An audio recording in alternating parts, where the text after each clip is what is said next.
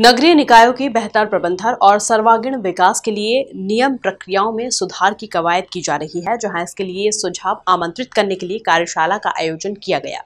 आयोजित कार्यशाला में हिस्सा लेने के लिए नगरीय प्रशासन मंत्री भूपेंद्र सिंह, चिकित्सा शिक्षा मंत्री विश्वास सारंग, राज्य मंत्री ओपीएस भदौरिया, भोपाल की पूर्व महापौर और विधायक कृष्णा गौर, इंदौर की पूर्व महापौर और विधायक मालिनी गौड़, विधायक महेंद्र हाडिया, यशपाल सिंह सिसोदिया समेत कई जनप्रतिनिधि मौजूद रहे।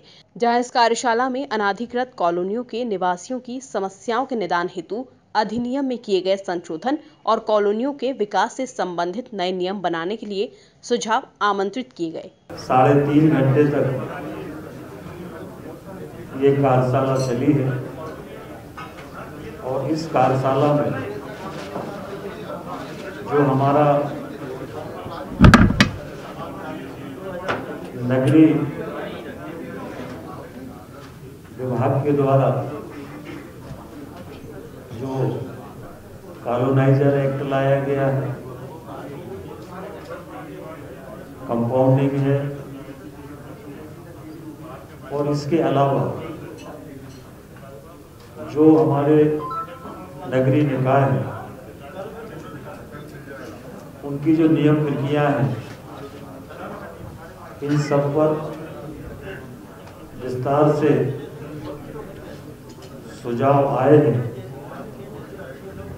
और इन सुझाव के आधार पर विभाग की ओर से एक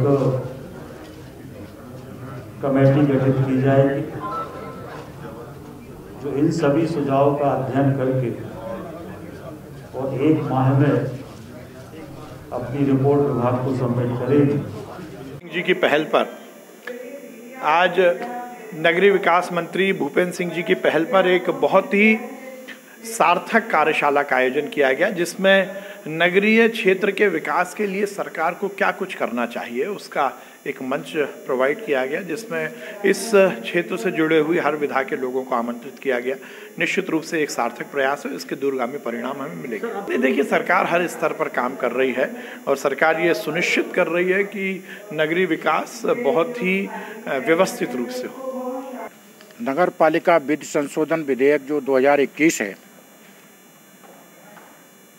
ये लोक कल्याणकारी भी है और भावनात्मक भी है।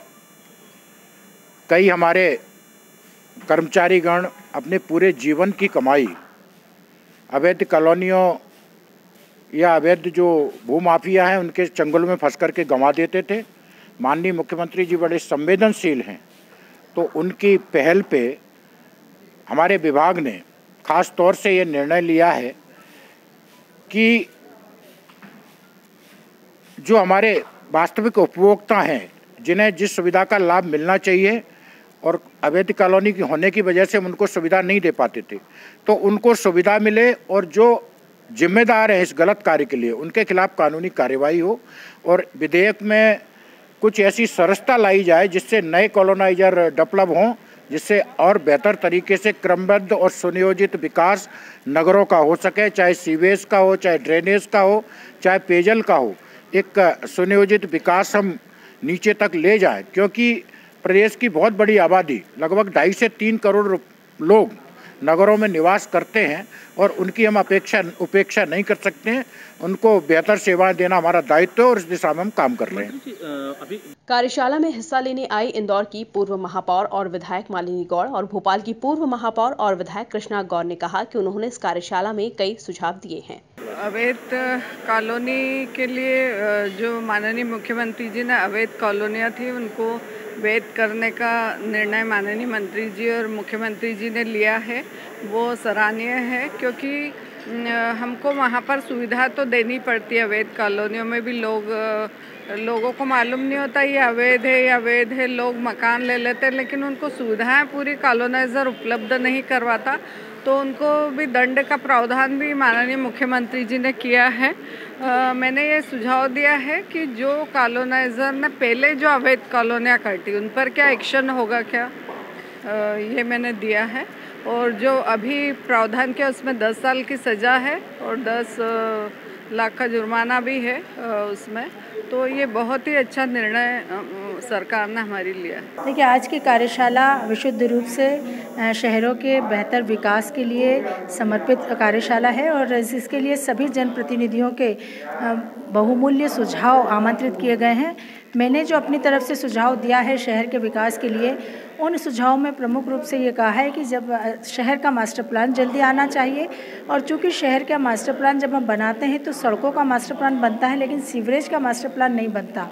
और शहर की सबसे बड़ी विकसित होती कॉलोनियों में नासूर समस्या यदि कोई है तो वह है सीवरेज की। और इसलिए जिस प्रकार सड़कों का मास्टर प्लान बनता है वैसे अगर सीवरेज का मास्टर प्लान बनेगा तो अब विकसित होते हुए शहर, आकार लेते हुए शहर की बहुत बड़ी समस्या दूर होगी, जिसको निश्चित रूप से माननीय मंत्री जी ने स्वीकार भी किया है और नोट भी किया है। इसके अलावा कंपाउंडिंग के बारे में जो आज की कार्यशाला में हमें बताया गया कि 10% से बढ़ाकर 30% किया जा रहा है, जिसमें 3 तरफ कंपाउंडिंग, अगर मकान ज़्यादा बनाया है तो 3 तरफ कंपाउंडिंग होंगे। मैंने उसमें सुझाव दिया है कि यदि ऊपर भी कोई नियम से ज़्यादा मकान बनाया है तो उस पर भी कंपाउंडिंग का प्रावधान किया जाए ताकि उसमें भी लोगों को राहत मिल सके। इसके अलावा कंपाउंडिंग की जो राशि है उसको बढ़ाया ना जाए, जितनी है उतनी ही हो। हमारा उद्देश्य उन लोगों को राहत देना है, शहर को व्यवस्थित रूप देना है। इस योजना के माध्यम से पैसा कमाना नहीं है और इसलिए एक व्यवस्थित रूप भविष्य में अगर एक बार कंपाउंडिंग की फीस जमा हो जाएगी तो उस व्यक्ति को भी, भवन स्वामी को भी कोई डर नहीं रहेगा। वरना अधिकांश समय लोग परेशान करते हैं, नगर निगम के अधिकारी आकर परेशान करते हैं और कहीं ना कहीं एक अव्यवस्था शहर में फैलती है। एक सुझाव मैंने और दिया था, अब चूँकि कंपाउंडिंग की प्रक्रिया शुरू होने जा रही है, 10% से 30% होने जा रहा है, तो स्वाभाविक रूप से ज़्यादा लोग इसका लाभ लेना चाहेंगे।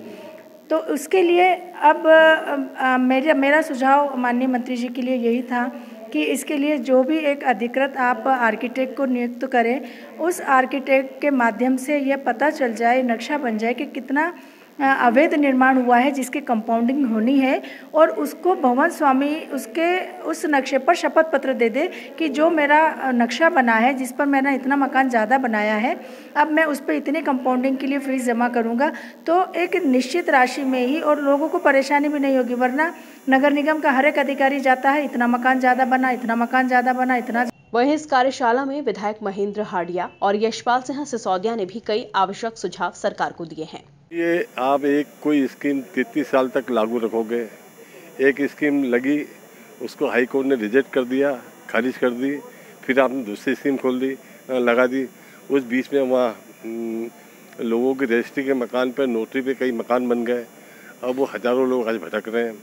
आज हमारे सामने, चूँकि मेरे विधानसभा के सब निवासी हैं, 30-40 साल से आज वो अपने प्लाट के लिए भटक रहे हैं। वो तो माननीय मुख्यमंत्री जी के ध्यान में पूरा विषय लेके आया मैं, तो माननीय मुख्यमंत्री जी ने अब तक 5000 लोगों को अपने भूखंड के कब्जे दिलाए। इससे 15000 लोग और बचे हैं। एक तरफ तो आइडिया बोलता है कि कोई कालिंदी ग्रैंडमान संस्था की जो ज़मीन उस पर कोई स्कीम नहीं है, दूसरी तरफ एनओसी नहीं देता। तो ये अवैध कॉलोनी काटने के लिए लोगों को प्रेरित कर रहे हैं। अगर वास्तव में ये चाहते हैं कि इंदौर में अवैध कॉलोनी नहीं बसे तो इनको ये जो धड़ाधड़ स्कीम लगाना ये बंद करना पड़ेगी। देखिए, कुल मिलाकर के जो विधेयक अभी 2016 तक की जो अवैध कॉलोनियाँ बन चुकी थी उनके ऊपर तलवार लटकी पड़ी रहती थी, उनमें विकास की दरकार होती थी। माननीय मुख्यमंत्री शिवराज जी ने लगातार प्रयास किया है कि ये कहीं ना कहीं नियमितीकरण में आ जावे। हाईकोर्ट के कुछ डिसीजन के कारण से, कुछ आपत्तियों के कारण से थोड़ा रुक गया था, लेकिन अभी विधानसभा में भी बहुत बड़ा निर्णय कानून पास हुआ है। उस कानून के पास होने के बाद, उस विधेयक संशोधन के बाद माननीय मंत्री भूपेंद्र सिंह जी ने इसको और व्यापकता देने को लेकर के महापौरों से, पूर्व महापौरों से, विधायकों से, सब जनप्रतिनिधियों, बिल्डर्स से, कॉलोनाइजर्स से, सबको बुला करके आज भोपाल के इस होटल में जिस प्रकार से वे विचारों का आदान प्रदान कर रहे हैं। देखिए, नियम बन गया है, एक्ट आ गया है, लेकिन उसके बाद भी क्या आवश्यक संशोधन हो सकते हैं।